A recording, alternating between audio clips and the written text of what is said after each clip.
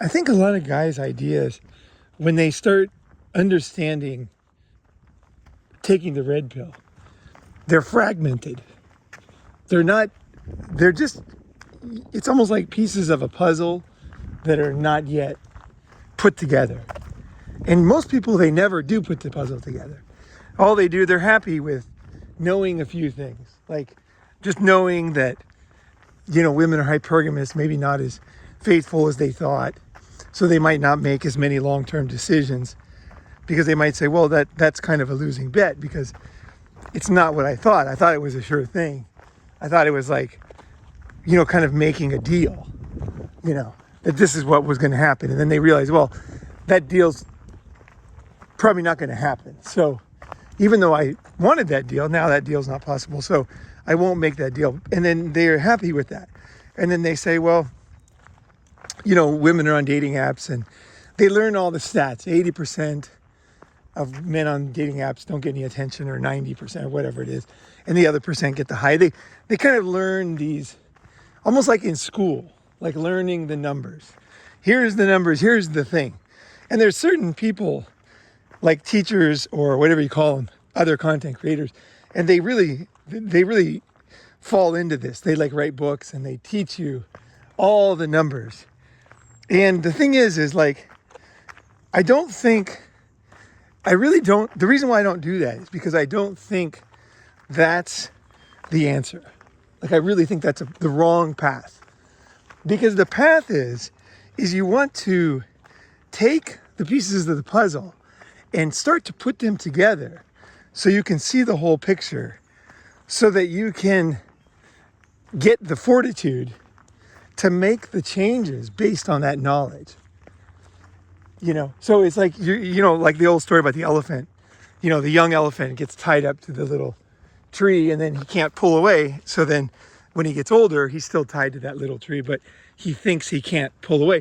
And people hear that story, he'll just sit there and they think, well, an elephant should just pull away. Like I would pull away.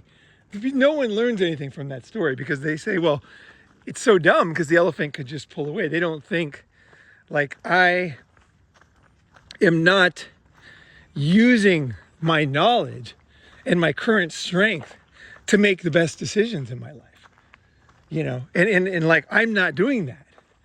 That's why the story's told. They're trying to knock you on the head and say you have freedoms you don't know. You have choices and you're an idiot for not doing it.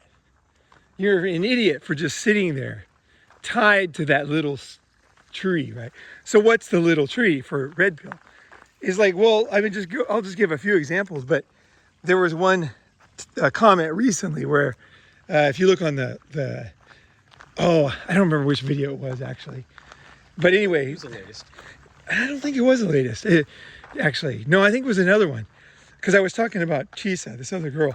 So I think it was an older video. Anyway, I'll put the video below, but the thing is that in the comment, he said, don't you feel, bad for fornicating with a married woman, something like that. And I said, well, I kind of might have made like kind of a lame response. I didn't really think it through that much. And then he responded like, basically, do you remember what his second response was? He said, aren't you being inconsistent with your beliefs? Right. Am I not being inconsistent? Am I not? He's trying to hold me to like a set of beliefs or something like, and the thing is, here's the thing, guys, is if you knew that women are not faithful, okay, if you understood that, would you blame guys for sleeping with them? Like the idea behind blaming a guy for sleeping with a married woman is you believe they're faithful. You believe it's all blue pill out there and this guy is messing it up. It's like this world is perfectly fine. Girls are totally, gonna be good girls. If you just don't fuck them, they'll be fine. They'll be good wives, right? But when you understand, when you put the other pieces together, you realize, wait a second, my whole paradigm of life was incorrect. Like if you sleep with a married woman, like whatever. Like women don't get married. No, women are always single. That's what we used to always say. back in like 91 when I was totally reading The Manipulated Man and The Predatory Female and like learning all this stuff. We used to say there's no married, there's single women and married men. Women always have choice. They always can run around and do whatever they want. And they do. And so what are you going to do with that information? Or ask yourself, do you even believe that any of this stuff is true? Like maybe you should go back to the blue pill world. Like totally go back in, because there is a choice, right? You got the blue pill and you got the red pill. I'm not saying you have to take the red pill. You know, there's no need for you to take it. Go back into the blue pill world and get married, have kids, and move to the suburbs. You know, guys have been successful doing it. There's nothing wrong with that. You know, I really think it's fine. In fact, I think if you doubt red pill at all, if you don't understand the ideas or they don't make sense to you, don't take them in. It's dumb. It's stupid to have somebody force feed you ideas and take things in that you don't really, your body's not ready for, or you don't want, right? Or you don't believe to be true. Like if you think women are basically faithful and then the guys are unfaithful, like the guys are the bad ones. Like women are unfaithful because bad guys come along, you know, and that the burden is on the men, and that the men are the bad ones that make the women do bad things. Like if that's your belief, that's fine. That's what most people believe. Most people believe that the men are always wrong, and you know that somehow women are always basically right, you know. But the truth is that you don't understand the world. It's not that they're not good or bad. Women just are not faithful. You can't get married. It's not real. It's just bullshit. It's all a big waste of money and time. Like, don't do it. And if somebody else made that mistake, it doesn't really matter, because like I said, it's just bullshit. You know, it's like, do you get that? Do you get the marriage is a sham? It's like, it's all not real. The whole contract with the government. Do you even care about the government? I mean, do you worship the government? If it's in government writing, is the Constitution like from Jesus or something? Or is that a belief? You know, because that's what it is. It's a contract with the government, right? And you probably have contracts with your internet provider, and you know, I don't know how seriously you take all these contracts, or do you take them all the same, or is only the marriage contract the only one that's really important?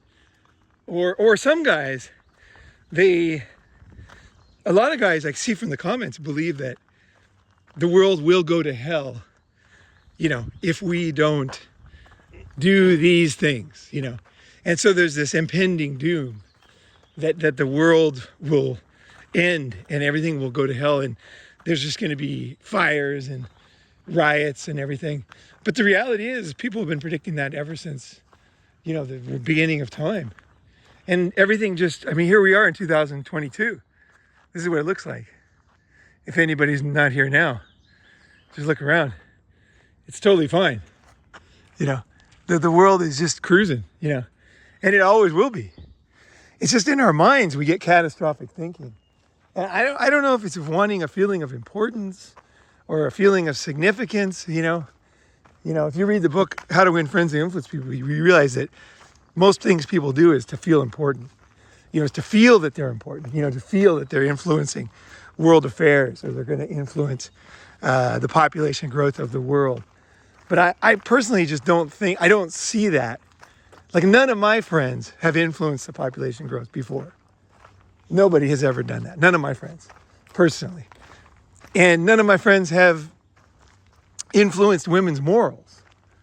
You know, like that women, you know, like it just doesn't happen. I don't see how you could do it. How could you affect millions of people or billions of people? Like, go to India, like travel, and you realize how little effect you have on things. You know, even like things that you think are so big, like, you know, I don't know, some kind of political debate going on in the US or president or anything, like other parts of the world, they just don't even know. They're like, they have no idea about the movie stars, you know, and the music, you know, and the politicians, you know. You know, they might know one person's name, like Nixon or something, but they really don't know any of the things that you know. Like when you travel, like I was out near Pakistan, you know, taking a camel safari, and the people you talk to there, they don't know anything outside of there. You know, they're very, very, in their own world, which is a pretty cool world out there. But the desert's really neat. It is neat out there. But it's like, I don't know, man, like, you're free. Like, if anybody has to tell you that, if it helps someone tells you, you're free. Like, you never have to get married. You never have to give a woman your money.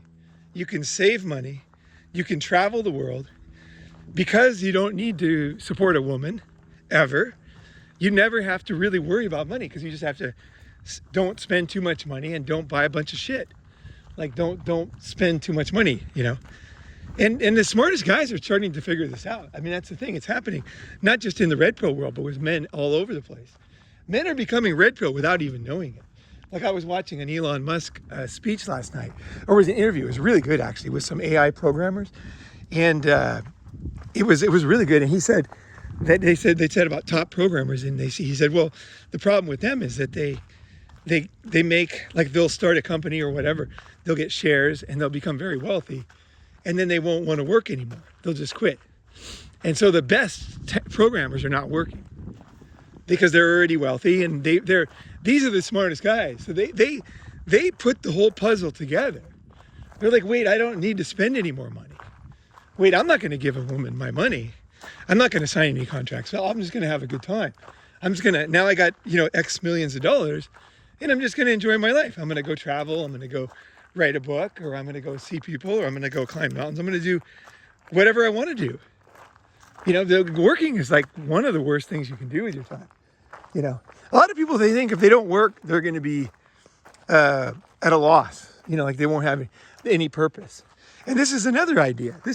I was just talking to somebody yesterday about it, or 2 days ago, and he said, I could never not work. I have to work. And he was saying he wants to work here for 3 months, 2 months, and then travel for 2 weeks. And I didn't say anything because that's his mindset, is that he thinks that if he doesn't work, he will not be a happy person. He will lose all purpose in life. And I've had many people say that on my channel. The thing is that you don't realize, you don't understand yet. You're still the elephant being tied to that little stick. Like, men have been workhorses since the beginning of time. We're free from being workhorses now, you guys. That's the point. We no longer are workhorses. We don't have to be workhorses. You don't have to support anybody. Support yourself. Save your money. And don't give a fucking penny. Don't give any money away. Save your money. Don't give to charity. Save your money. Help people, your friends or whatever. That's fine. Help people that you see in need. Real fucking people in front of your face. This is what people do. They give money to charity. They don't help a friend who needs fucking money. They'll be like, oh, that'll be hurting you. They'll come up with all these excuses, but they'll give money to some kid, some group that's, just paying their executives and giving 3 cents to a guy in Africa. It's so dumb. Like, go ahead and help. I'm not saying be a selfish prick. I'm saying when you see somebody, like when I go to India and I see starving people for real, I will help them out. I will help them out right then. I'll give them food. I'll give them a little bit of money. I'll do stuff. I'll do stuff. I'll do nice stuff. I've done it a million times. And that makes me feel good. But it costs me very little because it's going directly to them, But besides that, my money's my money, And you have, now that you don't have to support a family ever, you guys got it made. You don't know yet. Pull the fucking thing out. You're a big elephant now, You're no longer tied to the stick. You're free. You will never have to support a woman, ever. You will never have to decide with her what you're going to buy, what haircut you're going to have, what time you're going to come home, what place you're going to go on holiday. You're never going to have to argue about the car you're going to buy. You're never going to have a disagreement about which way the toilet paper roll goes. You're free of all that.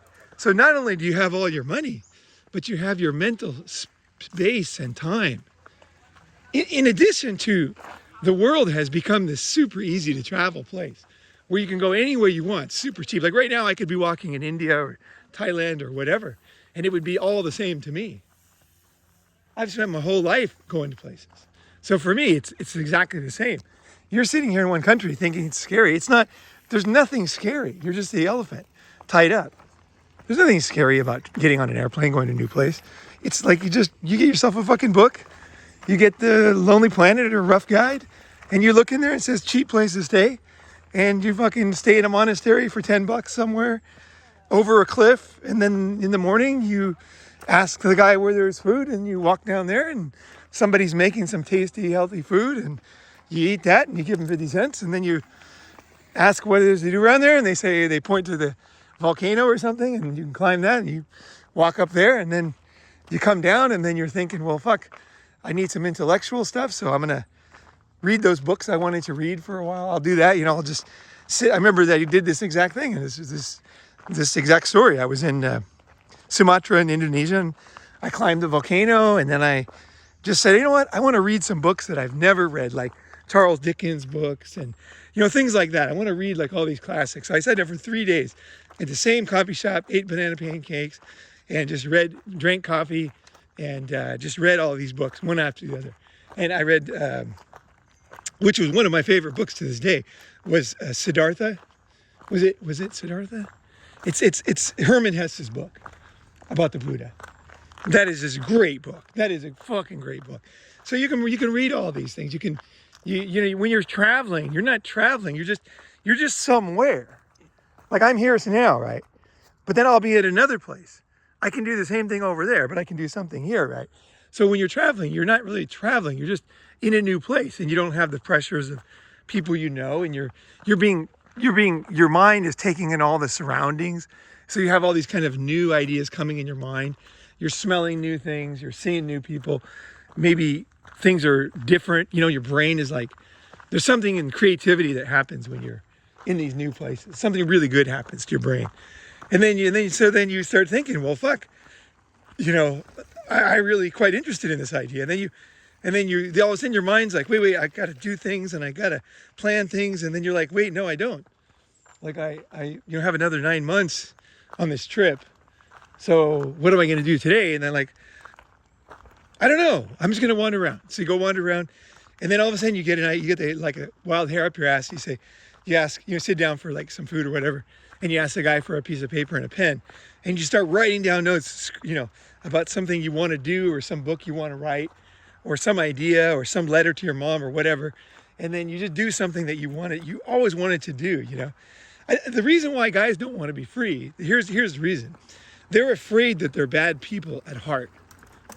That's why people are afraid of the red pill, is because they think if it really comes down to it, and I can do whatever I want, I'm a bad person, so I'm going to do bad things. So I'm best to do what everyone else tells me to do, so that I am not really bad. I think that's the heart of it. I think that people think they're bad inside. So as long as you follow the rules, it's all accepted by everybody else. So maybe you'll be bad, but only secretly bad. No one will know, because you'll just be doing everything normal. But the thing is, I know, because I've tested I actually know that I'm not a bad person, that I'm a good person. So I know that. So I trust myself. So I'm like, well, wherever I go, whatever I do, it's going to be fine. It might be a little bit of a challenge at times, that you come across things where you're not sure what to do for a little bit. But again, that's the empty cup of coffee thing. That's the natural transition phase to a new idea, where you don't have an idea what you want to do.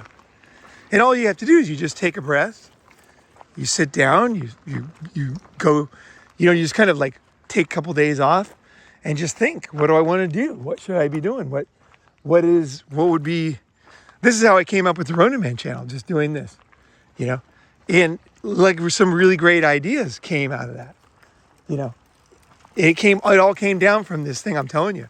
So I do this thing. I mean, this is the way I live. So people are afraid of being free. They're afraid of traveling. They're afraid of leaving the country. They're just all excuses.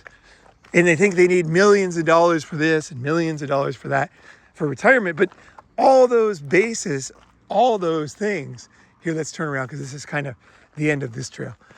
All of those things all those financial calculations are based on the elephant tied up, then they are.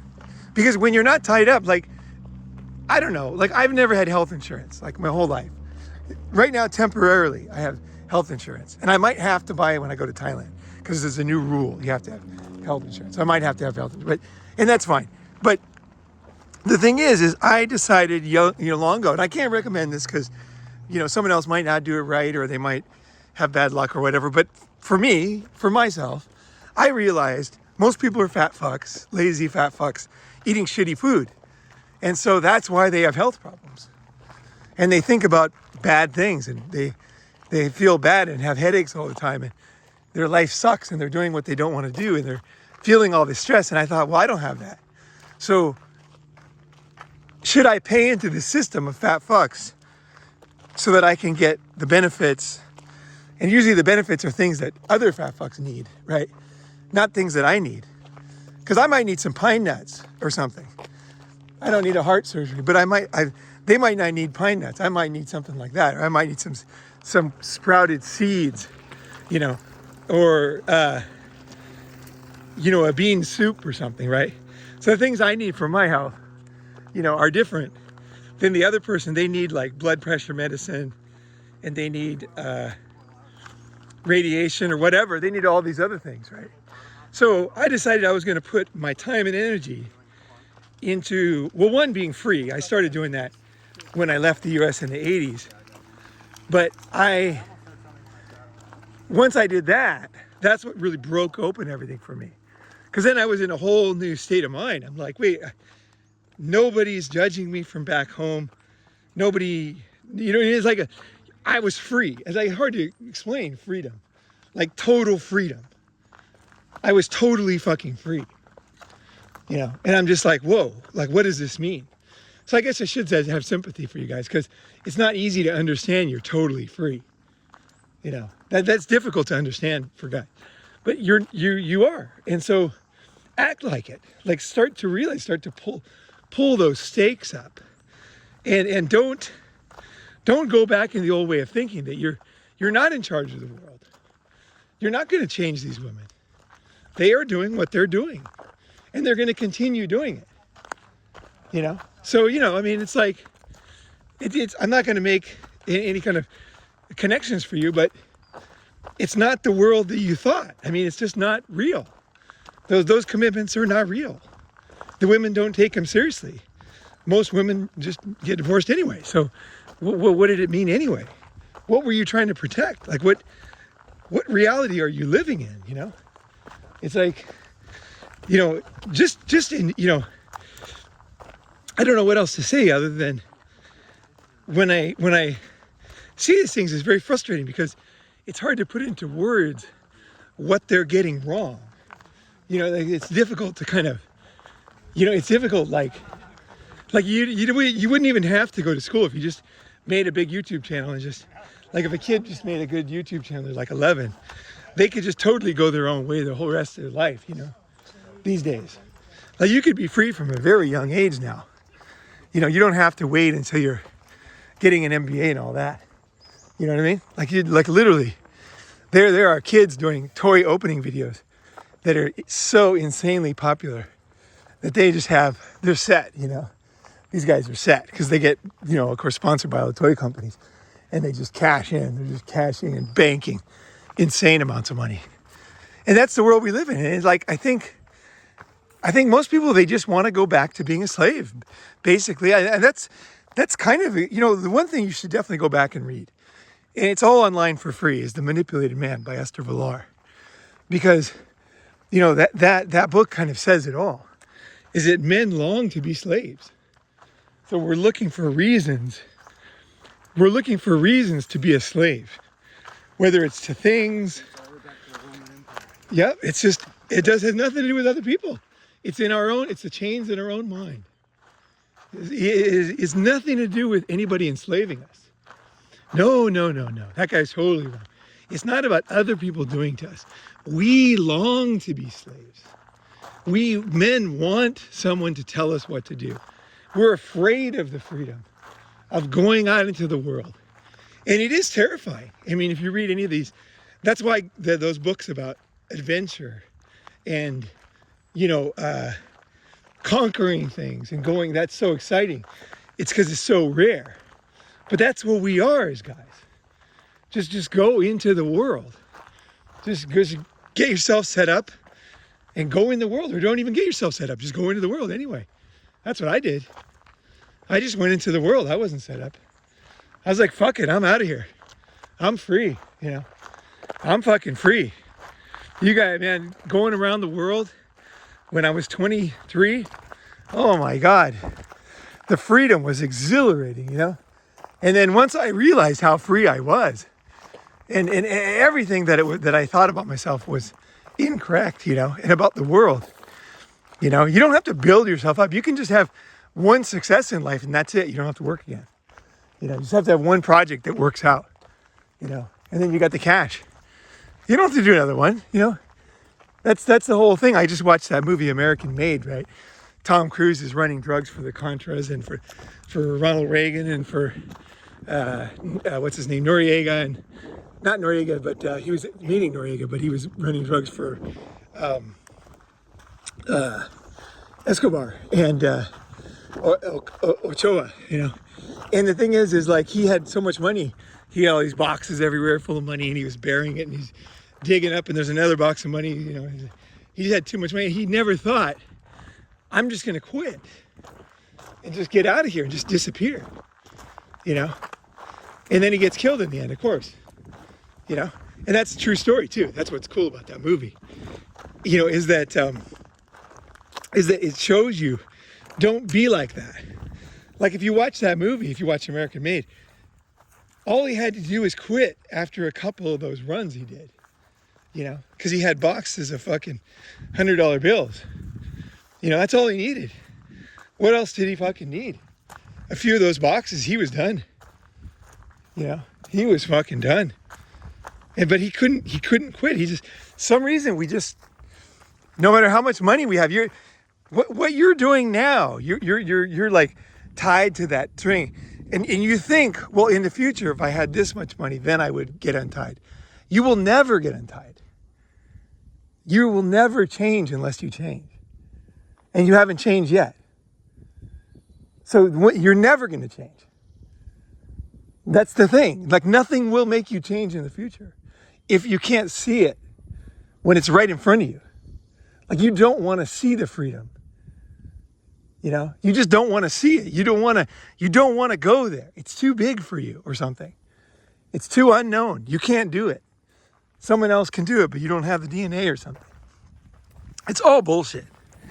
And all you got to do is take that step. Take that step out of there. And that step is out of the mind. You know, how much money do you really need? Don't read the magazines. You know. Calculate it out. You know, you could have some catastrophic health stuff. Think about that. If you're from a European country, you could just usually go back, get your care for free at home or very cheap, right? And usually you can come up with something, you know. Yeah, you can come up with something. There's ways to solve problems in this world. And the more freedom you have and the more practice you have at exercising that freedom and coming up with solutions, you're going to stumble on some ways to get things done. I know it's scary. I know it is scary because you'll run into things and you know, once in a while you'll be like, oh my God, am I doing the right thing? And you know, it's like John Mayer had a song about that. You know, he's just like, here he is, this super famous musician, and he's like, you know, sometimes I wonder, well, you remember the words of that? Am I living it right? Am I living it right? You know, am I living it right? It's like, here he is, this super rich guy. He doesn't have to do anything except play his guitar. He doesn't even have to do that because he has so many albums, you know. But he probably isn't living it right. Like he probably should do something else now. He's probably done playing music, I'm guessing, right? Like most people, like their careers, they're already tired of them. They hate them, you know. But they just keep doing them because they think, well, what else am I going to do? That's the point. That's freedom there. That's the door. That's the elephant pulling on the stick. And just thinking, well, I may as well just stay here because at least it's stable here. You know, with this stick tied to the stick. It's stable. The thing is, don't be afraid. I mean, I don't know why everybody's so afraid. Like, just realize you can be free. Save some money. Start fucking, I mean, I think traveling is one of the best things you can do. Because when you travel, it just does something. It uproots you. from your social connections. It does something very powerful. Like right now we're in California, but if we were in Florida, you'd be thinking other things, you know. But when you're here, you're just like, oh yeah, whatever, you know. You're totally in another mindset, right? I know how it works. It's like you just don't even think about stuff. You're just like, oh yeah, whatever. Might go down to the beach, might do this, might do that. But it's different, right? So, and when you travel the world, it's even more, you know. You really get into it, like a totally different space, you know. And it's amazing, you know. So I say travel the world. Like these days it's cheap. I mean, I don't know. I mean, I'm putting the pieces together for myself.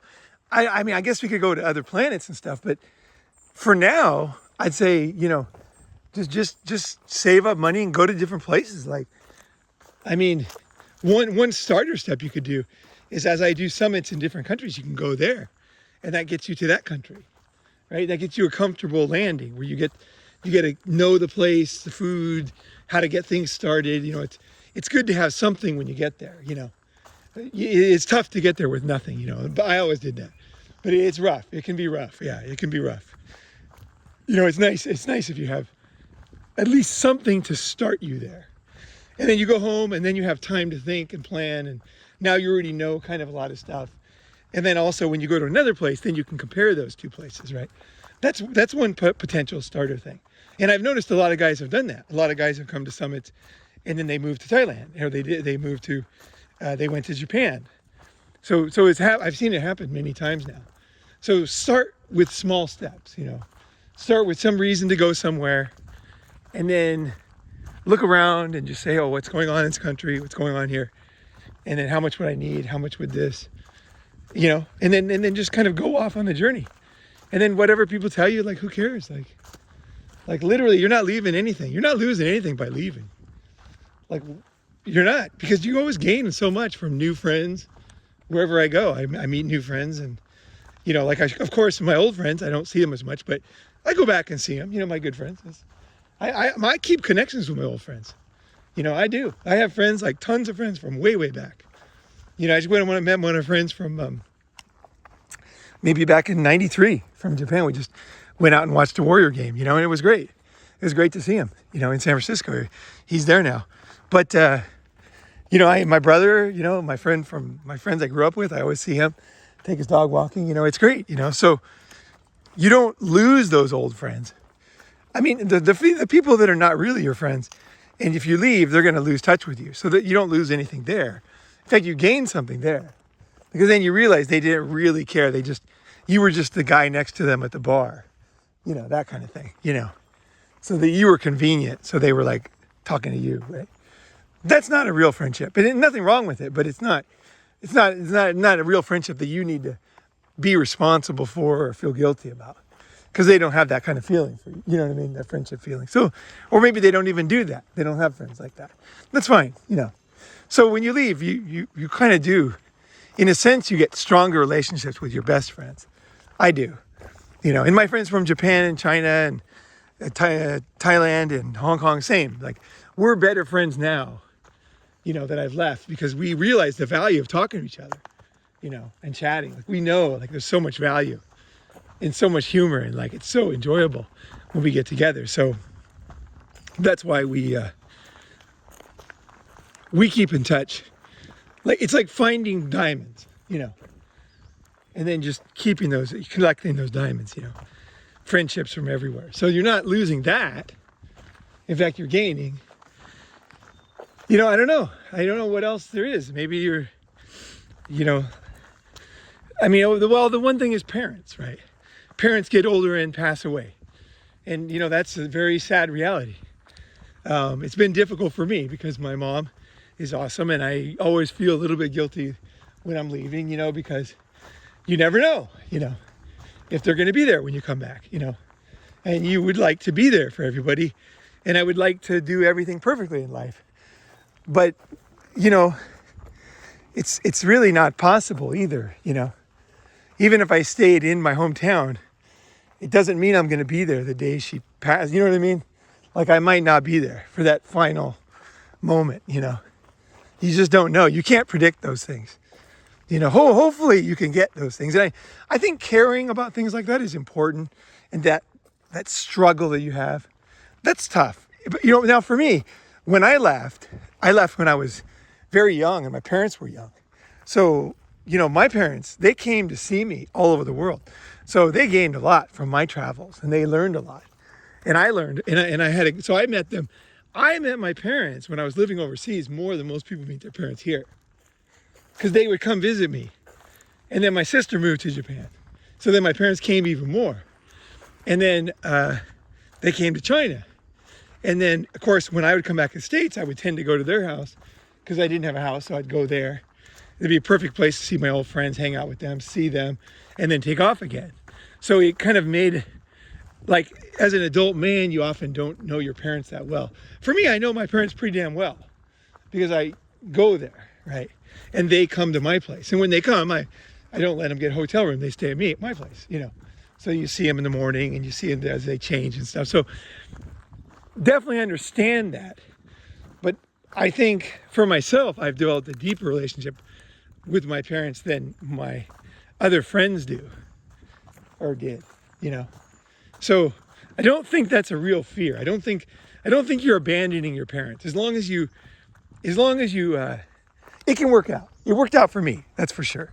Now, I don't know, maybe some parents would never travel. Like one of my friends, his parents have never visited him, So I guess it depends on the parents. And it also depends on them too, what kind of people they are, For me, it totally worked out. Like as far as there was nothing to fear of friends or family, like nothing at all to fear. And also they would invite me, my brother would invite me to come to his house, for the summer and stuff. And so I spent a lot of time with them, And also the fact that I'm free, the fact that I'm not married and I don't have to abide and report to a woman. I don't have to report to anybody. Because of that, my brother can just say, hey, do you want to come over? And I can say yes or no, And I don't have to check in with anybody. There's not going to be any last minute changes.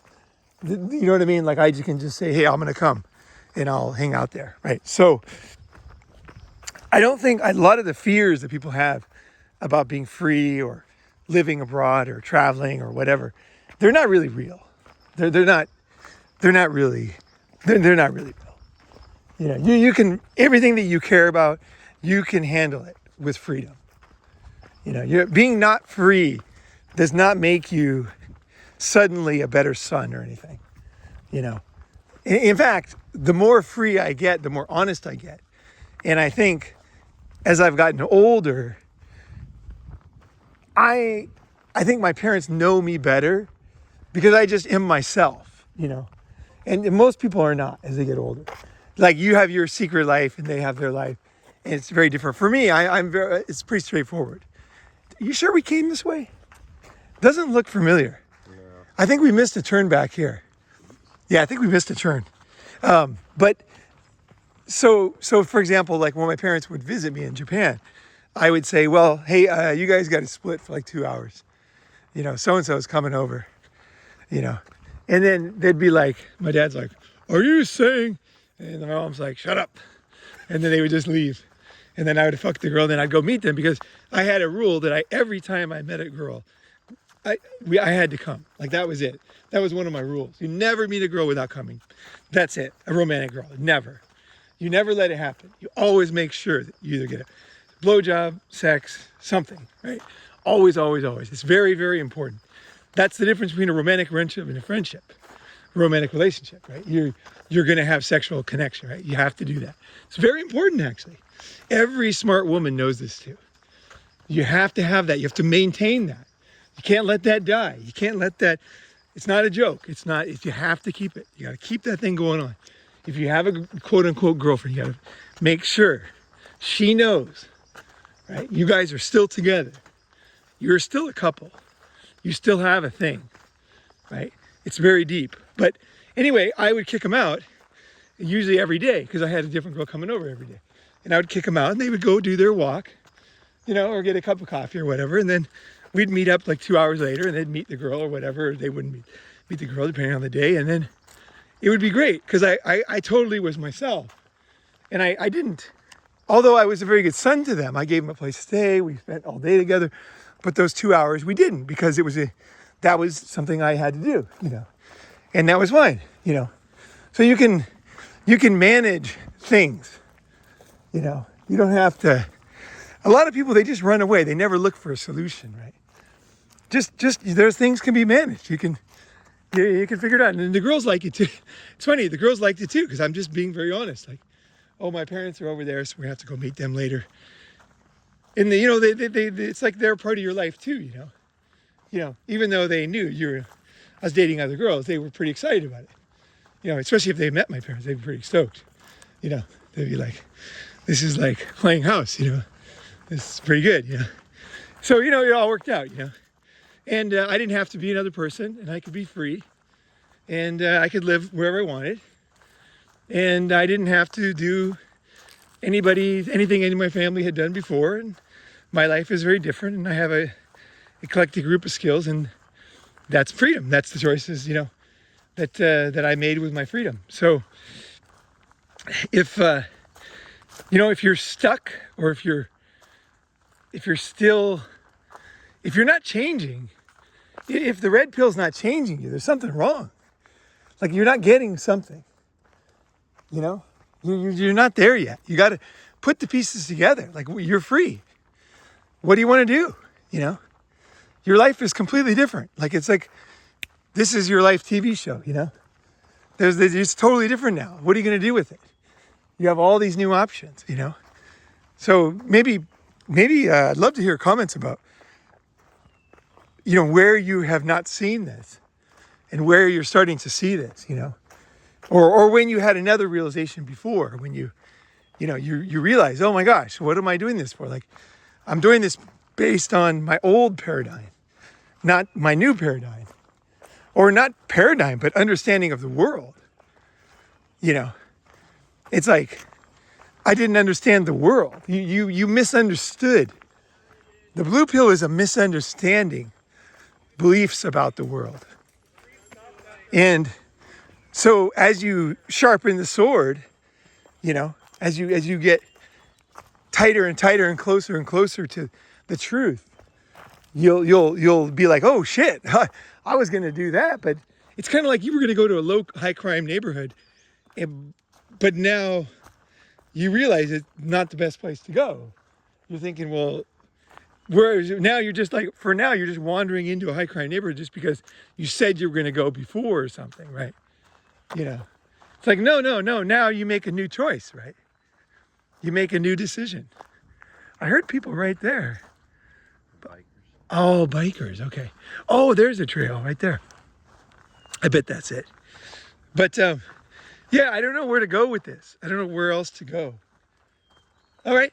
Hey, thanks for listening. And does that make sense? Does anybody resonate with that?